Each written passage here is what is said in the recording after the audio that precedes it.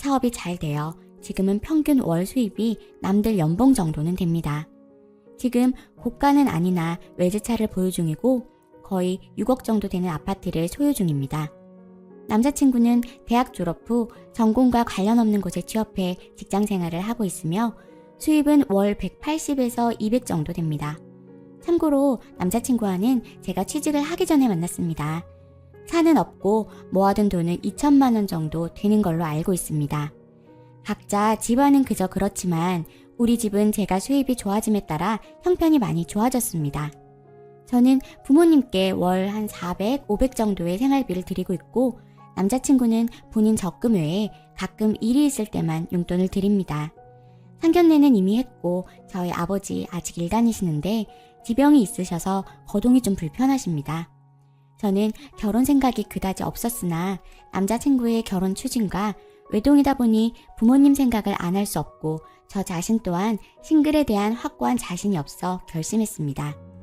사실 남자친구는 결혼하기에 좋은 사람은 아니나 저와 부모님께 잘하고 본인이 모르는 게 많아 제 뜻대로 움직여주는 것도 있고 조건 차이가 나기 때문에 시댁의 간섭을 덜 받지 않을까 해서 고심 끝에 결혼 승낙했습니다. 결혼 후 집안일은 일주일에 2-3번 도우미를 쓰는 것으로 하고 그 외에는 반반씩 나눠 하기로 했습니다. 나중에 아이가 생긴다면 아마 남자친구가 일을 그만두고 전업주부를 하게 될 것 같습니다.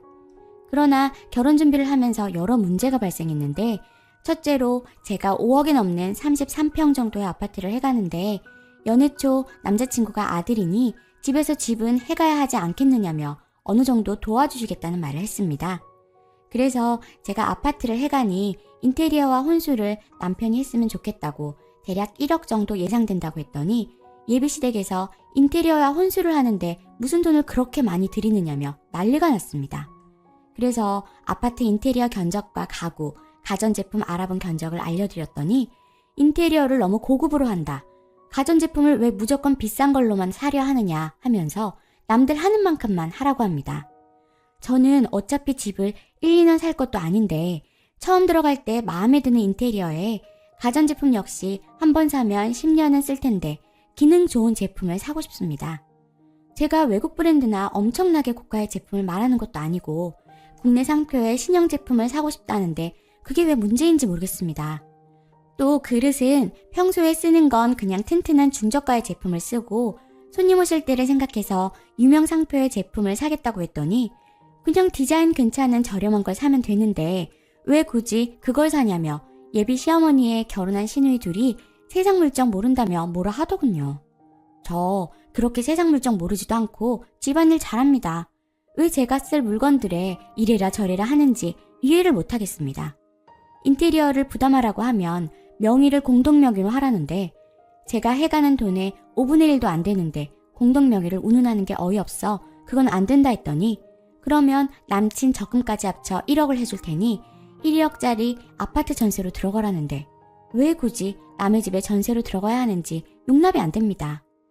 제가 아예 없는 집에 요구를 하는 것도 아니고 제가 사업하기 전 남자가 집을 해가야 한다면서 소형 아파트 전세 정도는 해주겠다 말씀하시던 분들이 왜 지금은 그만큼 못 해주겠다는 건지 저는 이해를 못하겠습니다. 둘째로 결혼 후 양가 용돈 문제입니다. 저는 지금 부모님께 월 500 정도를 드리고 있는데 그렇게 드려도 적금하고 제가 쓰는 생활비가 충분히 쓰고도 남습니다. 지금 남자친구는 부모님께 매달 따로 용돈이나 생활비를 드리지 않는데 결혼 후 저의 부모님 생활비를 줄이는 것도 그렇고 드려도 별 타격이 없어 그대로 유지를 하고 시댁에 매달 50만 원씩 용돈을 드리겠다 했더니 시댁이 난리가 났습니다. 어디 친정에 그렇게 돈을 갖다 주느냐면서 시댁은 50 주면서 친정에 500 주는 집이 어딨냐며 금액을 똑같이 50 주던가 친정에 100씩 주는 것도 많이 준다면서 그 이상은 안 된다며 반대입니다. 그리고 결혼했으면 그 가정에 몰빵하고 뭐든지 합의해서 해야지 왜 내 맘대로 하려 하냐며. 제가 봤을 땐 남자친구 쪽이 더 자기 쪽 원하는 대로 하려 하는 것 같은데 이 얘긴 뒤에 하겠습니다. 저로선 원래 그렇게 들여왔고 당연히 결혼하면 서로 합의로 상의해서 결정해야 하는 게 맞긴 한데 남자친구와 저의 수입 차이가 20배가 넘는 데다가 제 수입이 많다 보니 그렇게 드려도 타격이 없습니다. 솔직히 말하면 남자친구가 버는 돈은 있으나 마나입니다. 본인도 본인이 미래도 없고 집안일에 더 소질이 있는 것 같다며 주부하겠다는 건데 제가 사업을 하지 않고 계속 직장 생활을 해서 남자친구와 비슷하게 벌었다면 당연히 양가에 그렇게 못합니다. 비슷한 여자와 결혼하면 그 50만 원도 못 받으실 텐데 이런 생각이 들면서 짜증나네요. 셋째, 집안 행사 문제입니다. 우리 집은 가족 행사가 거의 없습니다. 부모님 2분 생일과 가족 외식 외에는 자주 모이지 않습니다.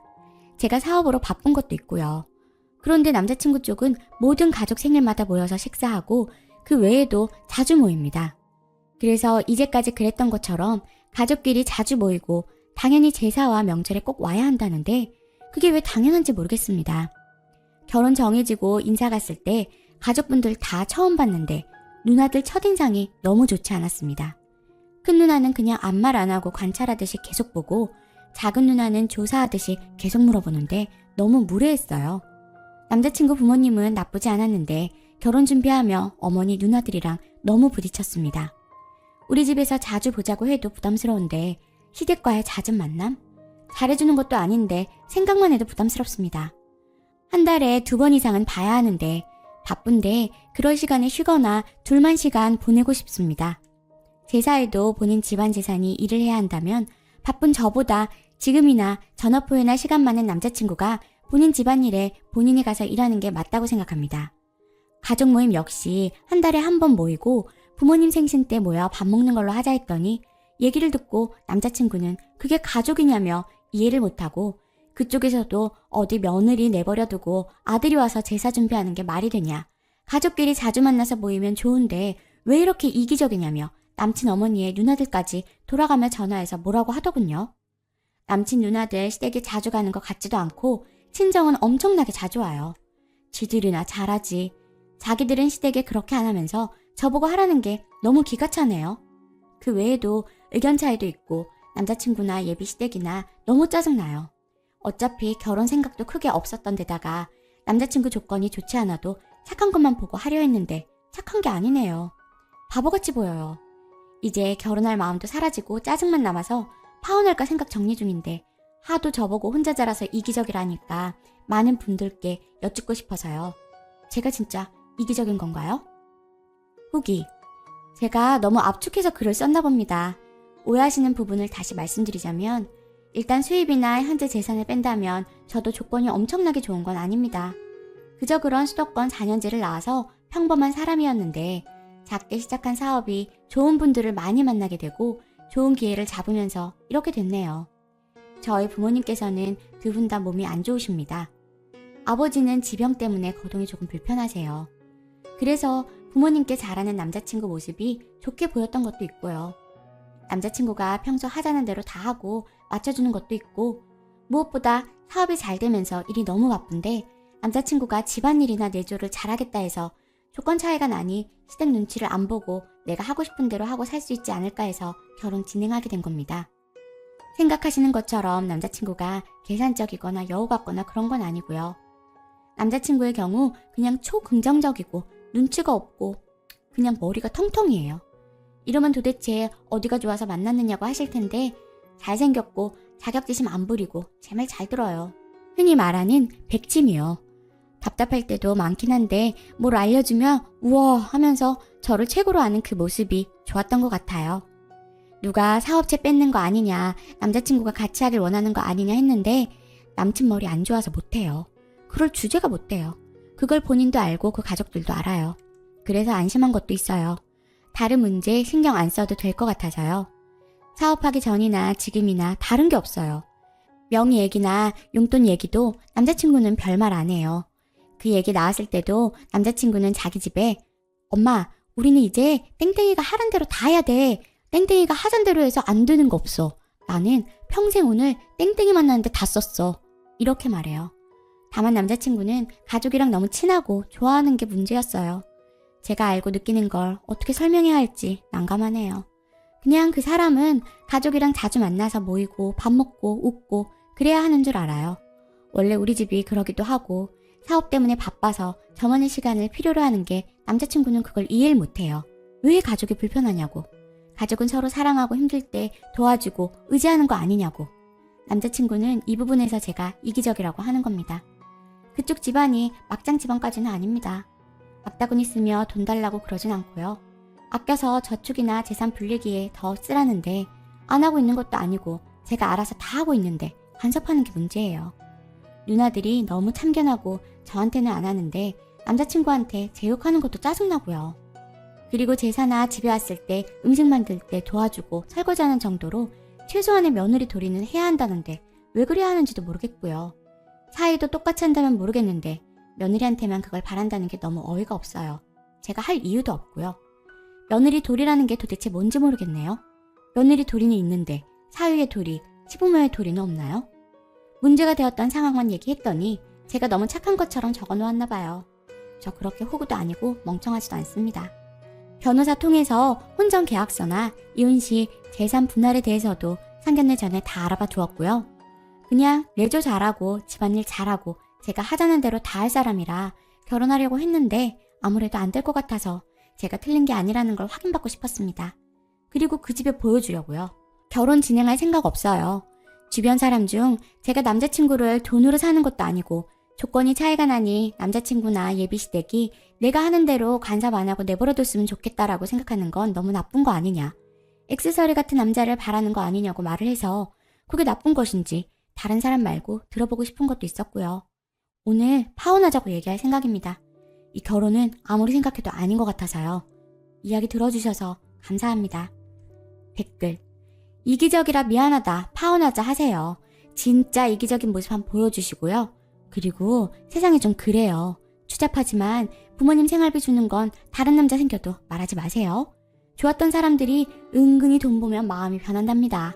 두 번째 사연. 시어머니 용돈 몰래 뺏어 쓰던 시누이. 아작을 냈습니다. 결혼 8년차 아들 둘 키우는 맞벌이 아줌마입니다. 저희 시어머니 혼자서 남편이랑 시누 키웠어요. 고생 많이 하셨어요. 모르는 거 아닙니다. 이렇게 장성한 아들 보시며 얼마나 자랑스럽고 뜻깊으실까요? 네, 효도해야죠. 저희 맞벌이라서 둘이 월 800 정도 법니다. 300 적금 넣고 100 공과금 및 보험 넣고 100만 원으로 아이들 유치원비, 학원비 등등으로 사용하고 70만 원 시어머니 용돈하고 30만 원 신랑 용돈하고 친정 부모님 다행히 아직 젊으시고 일도 하시고 큰오빠가 모시고 살고 자식도 저 빼고 넷이나 더 있는지라 저희는 명절 생신 결혼기념일 때만 용돈하고 따로 생활비로 드리진 않습니다. 남은 200만 원으로 생활비 합니다. 시어머니 시장에서 고생하시면서 두 자식 키우시느라 몸 하나 편한 날 없고 이제 연세도 드시고 이곳저곳 매일 아픈 곳이 생깁니다.